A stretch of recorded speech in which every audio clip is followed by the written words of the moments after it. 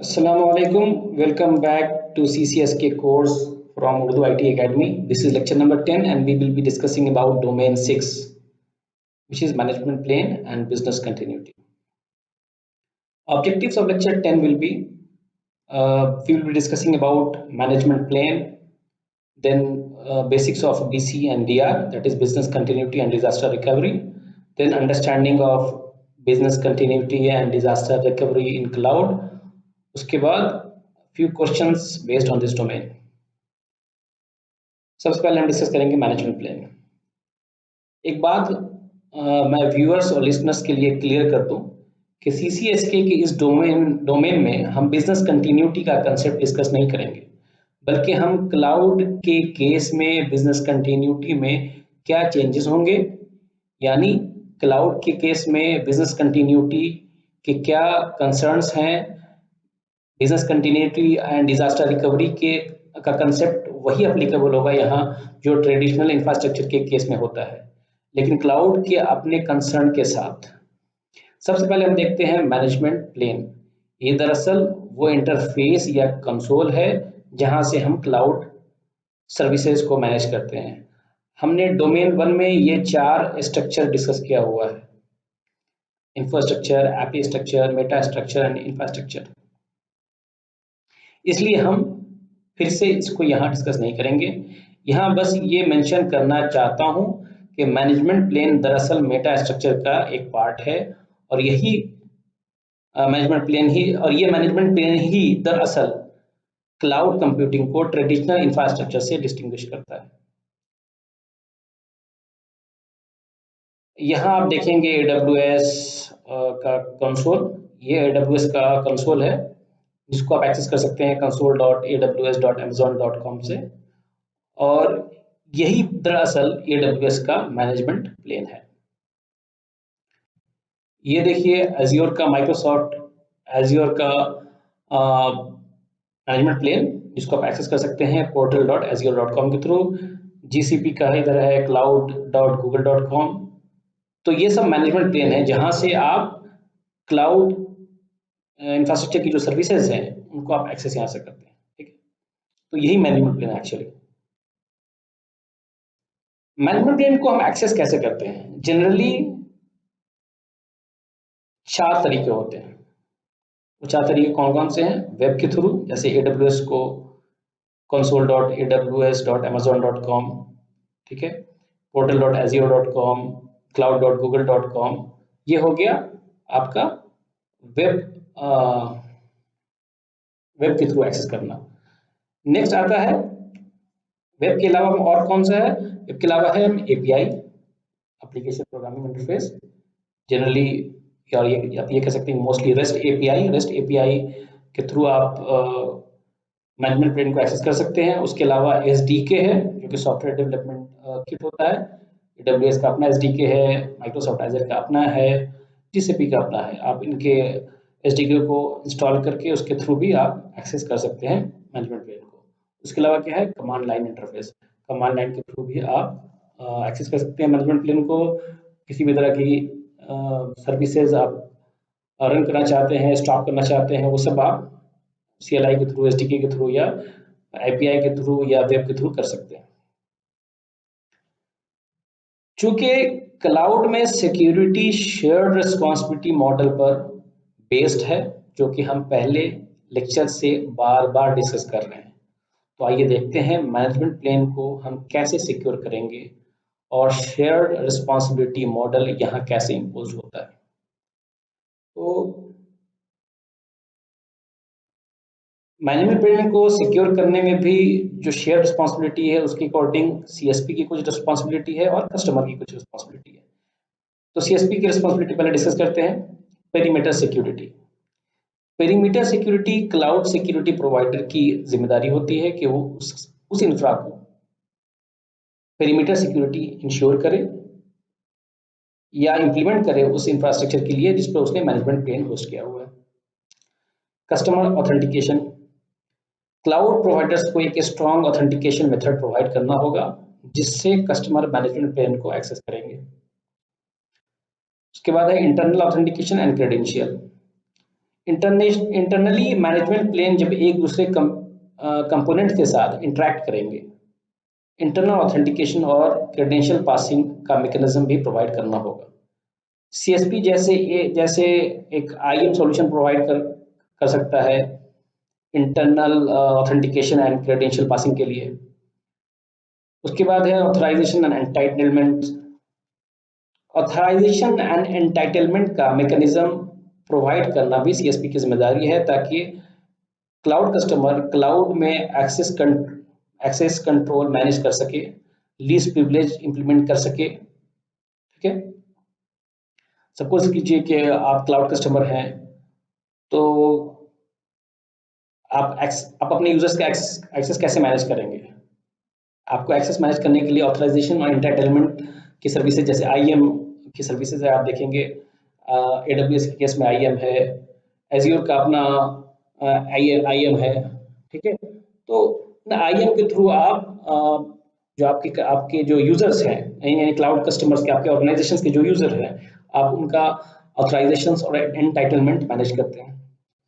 ठीक है, लास्ट आप जानते हैं as usual logging and monitoring is important here.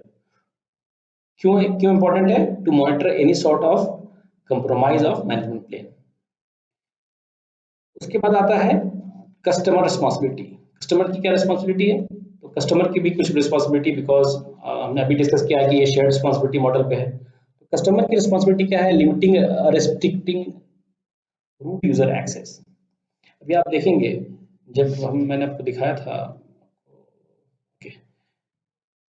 यहाँ पे नहीं है, अच्छा, जब आप कंसोल पे लॉगिन करेंगे ना, जब AWS का कंसोल लॉगिन करेंगे, तो वहां पर आपका पूछता है रूट यूजर से लॉगिन करना है आपको या आईएम यूजर से लॉगिन करना है। तो रूट यूजर जो होता है वो पहला अकाउंट होता है जो आप क्लाउड सर्विस प्रोवाइडर के साथ सेटअप करते हैं। तो ये बेस्ट प्रैक्टिसेस है कि हमेशा अवॉइड करना चाहिए रूट यूजर का एक्सेस, यानी अगर किसी को लॉगिन करना है तो आप उसके इक्विवेलेंट कोई रोल बना लीजिए और उसके थ्रू लॉगिन कीजिए, कोई आईएम रोल बनाइए उसके थ्रू लॉगिन कीजिए, ना कि बार बार रूट यूजर का एक्सेस कीजिए, क्योंकि अगर रूट यूजर का एक्सेस कंप्रोमाइज हो गया तो आपका पूरा कंट्रोल खत्म हो जाएगा आपके क्लाउड पर से। ठीक है, नेक्स्ट है लीस्ट प्रिविलेज इन्फोर्समेंट। बिल्कुल जानते हैं हम सिक्योरिटी का सिक्योर, अगर अकाउंट सिक्योर करना है, एक्सेस सिक्योर करना है, तो least privilege enforcement best option होता है। Enforcement of MFA, that multi-factor authentication to secure your management plane। उसके अलावा जैसे आपने OTP बेस्ड रख दिया या आपने कोई टोकन बेस्ड रख दिया कि जब आप लॉगिन करेंगे आपने यूजर नेम डाला, पासवर्ड डाला मैनेजमेंट प्लेन को एक्सेस करने के लिए, फिर उसने आपको एक OTP आपके मोबाइल में भेजा, आप वो OTP सबमिट करेंगे तभी आप मैनेजमेंट प्लेन में इंटर कर सकते हैं या उसको एक्सेस कर सकते हैं। Authentication should happen over secure channel like SSL। तो जो भी ये ऑथेंटिकेशन हो रहा है आपका मैनेजमेंट प्लेन को एक्सेस करने का, वो SSL बेस्ड होना चाहिए, ना कि सिंपल प्लेन टेक्स्ट में, यानी कि जो आपका यूजर नेम और पासवर्ड जो आप ट्रांसमिट कर रहे हैं वो SSL यानी कि HTTPS वाया HTTPS या ओवर HTTPS ही इनिशिएट होना चाहिए। उसके बाद है रोटेशन ऑफ ऑथ टोकन्स और स्पेशल और सर्विस अकाउंट। सर्विस अकाउंट या स्पेशल अकाउंट के लिए हम ऑथ टोकन यूज करते हैं, तो उसका रोटेशन भी एक खास पीरियड पे होना चाहिए। वो मतलब वो बेस करता है आपका जो यूजर अकाउंट पॉलिसी है, या फिर आप ये कह सकते हैं कि एक बेंचमार्क होता है आपका हार्डनिंग का, कि भाई इतने दिन पर आपका जो है आपका पासवर्ड रोटेट होगा या आपका ऑथ टोकन रोटेट होगा। तो rotation of auth tokens for special और सर्विस अकाउंट। ठीक है, अब आता है मामला बिजनेस कंटिन्यूटी का। ठीक है, बिजनेस कंटिन्यूटी क्या है? This refers to policies, procedures and tools put in place to ensure critical business function can continue during and after disaster. Basically अगर कुछ डिजास्टर होता है तो हम मेरा बिजनेस क्या बैठ जाएगा या मेरा बिजनेस मुझे कंटिन्यू करना है। बिजनेस की कंटिन्यूटी इंश्योर करना किसी डिजास्टर के केस में ही बिजनेस कंटिन्यूटी कहलाता है। व्हेन वी से disaster it can be accidental disruption. अब डिजास्टर का क्या मतलब है? एक्सीडेंटल डिस्ट्रप्शन हो गया, natural disaster like flood, earthquake और मेजर सिस्टम फेल्योर। डिजास्टर का मतलब सिर्फ साइबर अटैक्स नहीं होते हैं, बल्कि ये सारे भी पैरामीटर्स हैं या ये सारे रीजंस हैं, सॉरी, जो जिसको आप एज ए डिजास्टर कंसिडर करते हैं और उसके अकॉर्डिंगली आपको अपना प्लान करना होता है। तो आप देखेंगे अक्सर ये बिजनेस कंटिन्यूटी या बीसीपी भी कहलाता है कई बार। बीसीपी मतलब बिजनेस कंटिन्यूटी प्लान। आप अपने बिजनेस को डिस्ट्रप्शन के केस में किस तरीके से कंटिन्यू रखेंगे, क्या आपका प्रोसेस होगा, क्या आपके एक्शंस होंगे, वो इस प्लान में मेंशन होते हैं। बिजनेस कंटिन्यूटी के बाद एक और वर्ड है जो बहुत इस्तेमाल होता है, वो डिजास्टर रिकवरी। कई बार लोग समझते हैं कि बीसीपी डीआर सेम चीज है, एक ही रवानी में दोनों वर्ड का इस्तेमाल होता है, बीसीडीआर, बीसीपीडीआर, ऐसा। लेकिन ऐसा नहीं है। डिजास्टर रिकवरी क्या है? This is a subset of business continuity where the focus is on recovering information system that are lost और damaged during a disaster. Business continuity is overall concern कि मुझे डिस्ट्रप्शन के केस में पूरा business कैसे चलाना है। पूरा बिजनेस का मतलब है कि all the processes, all the verticals, ठीक है। डिजास्टर रिकवरी जो है वो आपको यह है कि अगर आप डिजास्टर हो गया है तो उस केस में उस डिजास्टर से आपका जो इंफॉर्मेशन सिस्टम है उसको कैसे वापस लाना है ट्रैक पे, वो है disaster recovery. The term BCDR popularly used aggregates, अभी मैंने बोला आपको कि ये अक्सर ये वर्ड यूज होता है एक साथ, बीसीडीआर। The term BCDR popularly used aggregates the strategy and collection of approaches that business needs to implement in order to keep at least mission critical functions up and running during and after any unplanned event or a disaster. So basically business continuity का ये उनकी ये मंशा होती है। Business continuity का जो main motto है वो यही है कि किसी भी तरीके से हमारा जो मिशन क्रिटिकल फंक्शन है उसको अप एंड रनिंग रखा जा सके, even in case of any unwanted situation और इवेंट, ठीक है। बीसीपीडीआर फिर मैं आपको बताना चाहता हूँ, मैंने पहले ही आपको डिस्क्लेमर दे दिया है कि हम यहाँ पर बीसीपीडीआर या बीसीडीआर डिस्कस करने नहीं बैठे हैं। जब आप सीसीएस के पढ़ रहे हैं, जब सीसीएस की तैयारी कर रहे हैं, तो आप ये अंडरस्टूड है कि आप ट्रेडिशनल एनवायरनमेंट में बीसीपीडीआर का जो कंसेप्ट है उसको आप जान रहे हैं। सेम कंसेप्ट यहाँ पे भी है, बट चूंकि क्लाउड का एनवायरनमेंट है, शेयर्ड रिस्पॉन्सिबिलिटी मॉडल है, कुछ चीज़ें चेंज हो जाती हैं, तो हम देखेंगे कि बेसिकली इस डोमेन में हम बीसीडीआर डिस्कस नहीं कर रहे हैं, बल्कि हम ये डिस्कस कर रहे हैं कि बीसीडीआर कैसे डिफरेंट हो जा रहा है क्लाउड के केस में, या क्लाउड के केस में बीसीडीआर कैसे डिफरेंट है ट्रेडिशनल एनवायरनमेंट के मुकाबले, ठीक है। हालांकि जब आप बीसीडीआर पढ़ेंगे, ये अपने आप में एक अलग बहुत बड़ा टॉपिक है, तो आपको बहुत सारे वर्ड्स मिलेंगे, बट ये दो वर्ड बहुत कॉमन है और आपको ये जानना बहुत जरूरी है। Recovery time objective and recovery point objective, जिसको आरटीओ आरपीओ भी बोलते हैं। What is RTO and what is RPO? RTO specifies the amount of time it should take to have the system back up and running. So if your RTO is 45 minutes, your intent is to have the recovery completed within that time frame. मतलब कि आपका system अगर down हो गया है और आपका RTO 45 minute है या 50 मिनट है या 1 घंटा है, तो उसका मतलब ये होता है कि आपको 1 घंटा जो है वो मैक्सिमम टाइम है, उस टाइम के अंदर में आपको अपना सिस्टम वापस से रिकवर कर लेना है, ठीक है। वापस से सिस्टम को अप एंड रनिंग स्टेट में ले आना है, दैट इज आरटीओ। उसके बाद है RPO, recovery point objective, simply specifies how much data are you willing to lose, यानी कि कितने डाटा का नुकसान आप बर्दाश्त कर सकते हैं।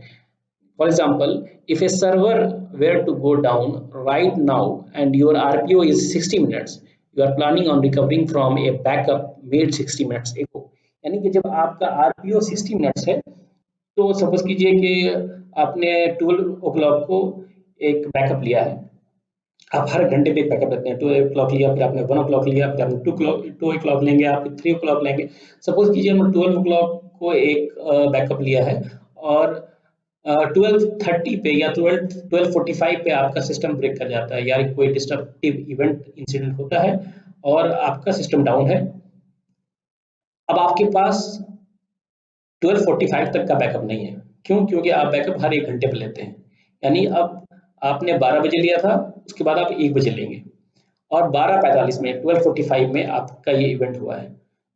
तो जो आपको डाटा का नुकसान होगा, लास्ट बैकअप आपके पास अवेलेबल कब है? 12 बजे का। तो जब आप रिकवर करेंगे सिस्टम को, तो आप अगर आप बैकअप का इस्तेमाल करेंगे, बैकअप से रिकवर करेंगे अपने सिस्टम को, तो आपको लास्ट बैकअप मिलेगा 12 बजे का। यानी 12 बजे से लेकर 12:45 तक का डाटा आप लूज कर जाएंगे। तो 12 से, यानी आपने पहले डिसाइड किया हुआ है कि मैं हर 1 घंटे पर बैकअप लूंगा। इसका मतलब है आपने ये डिसीजन कब आप लेते हैं कि मैं हर 1 घंटे में बैकअप लूंगा? आरपीओ को ध्यान में रखते हुए आप कितना डाटा लूज कर सकते हैं, कितना डाटा लूज करना आप टॉलरेट कर सकते हैं, इस बेस पर आप आरपीओ डिसाइड करते हैं।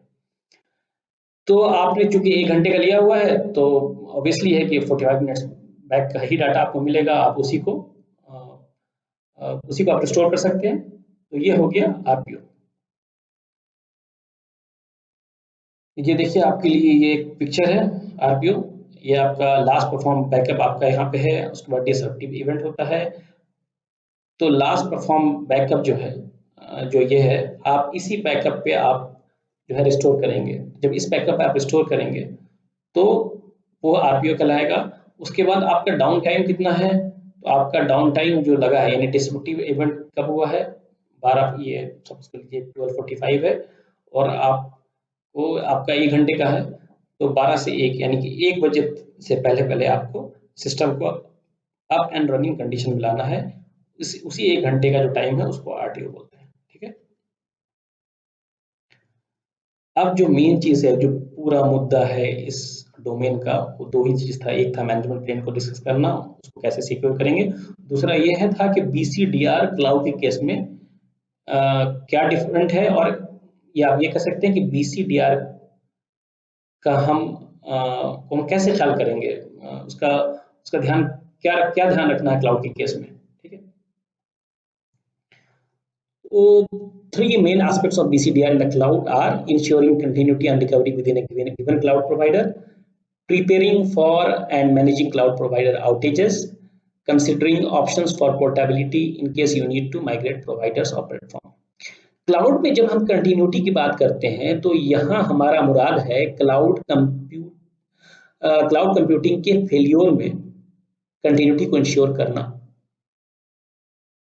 या उसको इंश्योर करने के लिए कुछ इंपॉर्टेंट कदम, जैसे क्लाउड कॉन्फ़िगरेशन का बैकअप लेना, आईएम और नेटवर्क कॉन्फ़िगरेशन का बैकअप। अगर ये सारे बैकअप आप रखते हैं, इन सारे बैकअप को आप इंश्योर करते हैं, तो अगर कोई डिसरप्टिव इवेंट होता है तो आपके लिए रिकवरी करना आसान हो जाएगा।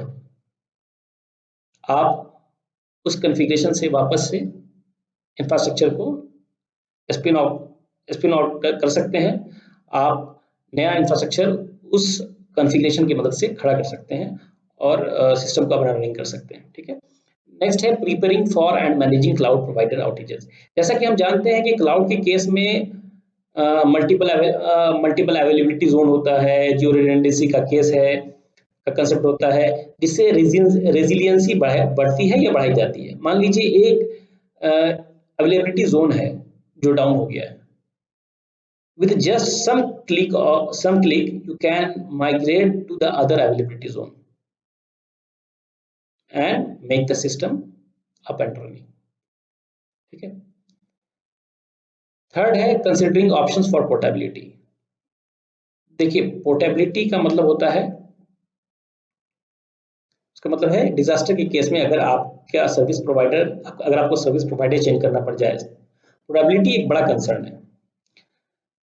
पोर्टेबिलिटी का मतलब है डिजास्टर के केस में अगर आपको सर्विस प्रोवाइडर चेंज करना पड़े तो कितना आसान होगा इंफ्रास्ट्रक्चर या एप्लीकेशन का लिफ्ट एंड शिफ्ट एक कस्टमर, एक क्लाउड सर्विस प्रोवाइडर से दूसरे क्लाउड सर्विस प्रोवाइडर पर। सपोज कीजिए आपका इंफ्रास्ट्रक्चर एडब्ल्यूएस के ऊपर है, एडब्ल्यूएस की सर्विसेज डाउन है, आपको आपके पास ऑप्शन नहीं है, आप एडब्ल्यूएस पर आप रन नहीं कर सकते हैं। आप समझ लीजिए क्रॉस रीजन पहले तो आप कोशिश करनी चाहिए कि आप क्रॉस रीजन डीआर रखें, यानी AWS पे ही किसी दूसरे रीजन में आप डीआर रखें। लेकिन किसी वजह अगर आपने नहीं रखा है या आप नहीं रखना चाहते हैं, आपको फौरन उसको लिफ्ट एंड शिफ्ट करना है दूसरे क्लाउड सर्विस प्रोवाइडर पर, जैसे गूगल पे। तो आपको आपको ये चीज पहले डिसाइड करनी होगी, हम ये पहले डिस्कस कर चुके हैं। आपको ये पोर्टेबिलिटी पहले डिसाइड करनी पड़ेगी कि क्या ऐसा कुछ होता है तो मैं अपना एप्लीकेशन या अपने इंफ्रास्ट्रक्चर को पोर्टेबल शक्ल में उठा के दूसरे क्लाउड प्रोवाइडर पर मैं माइग्रेट कर सकता हूँ या नहीं। कहीं कोई लॉकिंग सिचुएशन तो नहीं देखना पड़ सकता है। सपोज कर लीजिए कि आपका कोई पैस सर्विस है AWS की, जहां आपने एप्लीकेशंस को रन किया हुआ, आपका एप्लीकेशन उस पर होस्टेड है और उसकी सर्विस डाउन है, उस पैस सर्विस की, आपको लिफ्ट एंड शिफ्ट करना है दूसरे क्लाउड सर्विस प्रोवाइडर पर, सपोज कर लीजिए GCP पर। अब GCP के साथ प्रॉब्लम क्या है कि सिमिलर सर्विस, सिमिलर पैस प्लेटफॉर्म नहीं है, या कुछ डिपेंडेंसीज है उस पैस प्लेटफॉर्म की, जिसकी वजह कर हो सकता है आपका जो कोड है, जो एप्लीकेशन है उस AWS के पैस पर, वो GCP पर रन ना करे। तो ये जो है ये एक लॉक इन सिचुएशन हो जाएगा। या फिर समझ लीजिए कि कोई आप जो है AWS से उस एप्लीकेशन को, उस सर्विस को, पैस सर्विस को उस फॉर्मेट में नहीं एक्सपोर्ट कर सकते हैं, या अमेजोन ने उसकी फैसिलिटी आपको नहीं दी है जो फॉर्मेट GCP को चाहिए माइग्रेशन के लिए। तो ये भी एक लॉक इन सिचुएशन हो जाएगा। तो आपको ये देखना पड़ता है या देखना पड़ेगा कि कहीं कोई लॉक इन सिचुएशन तो नहीं आ रही है करंट सर्विस प्रोवाइडर के साथ, जिस वजह कर माइग्रेशन या लिफ्ट एंड शिफ्ट में प्रॉब्लम होगी। सो ये 3 मेन कंसर्न है, एस्पेक्ट्स हैं क्लाउड के केस में बिजनेस कंटिन्यूटी या डिजास्टर रिकवरी को लेकर। अब हम डिस्कस करेंगे कुछ प्रैक्टिस क्वेश्चन। सो पहला प्रैक्टिस क्वेश्चन है, which of the following is most commonly used to program API। हमने डिस्कस किया था कि मैनेजमेंट प्लेन को जनरली हम कैसे एक्सेस करते हैं, या ये जो क्लाउड है ना, cloud is all about API। एक सर्विस दूसरे सर्विस से जो कनेक्ट कर रही है, एक सर्विस से दूसरे सर्विस का जो कॉल है ओवर API होती है। और API में 2 तरह का API होता है, SOAP और REST। ये JSON और HTTPS, ये दो तो फॉरन आप एलिमिनेट कर दीजिए। SOAP और REST में जो सबसे वर्सेटाइल है वो REST, यानी REST का ही जो कॉमन यूज है, जो मोस्टली यूज्ड है वो REST ही है। तो इसका आंसर होगा REST API। नेक्स्ट है, what level of privilege should be assigned to a user account with access to the meta structure. What level of privilege, security best practice की बात करेंगे तो क्या आएगा, लीस्ट प्रिविलेज। एडमिन एक्सेस तो obviously नहीं, आप हर किसी को एडमिन एक्सेस नहीं दे सकते किसी भी यूजर को। रीड ओनली भी एक सॉल्यूशन नहीं है, राइट एक्सेस में सॉल्यूशन नहीं है। सो लीस्ट प्रिविलेज, यानी उसको जितना कम से कम प्रिविलेज चाहिए अपने रोल को निभाने के लिए, वो प्रिविलेज आप देंगे यूजर को। तो इसके केस में आंसर होगा least privilege. That is all for in this domain, यानी कि domain 6। Thank you for joining in this session. If you have some time, please join in the next session. Thank you.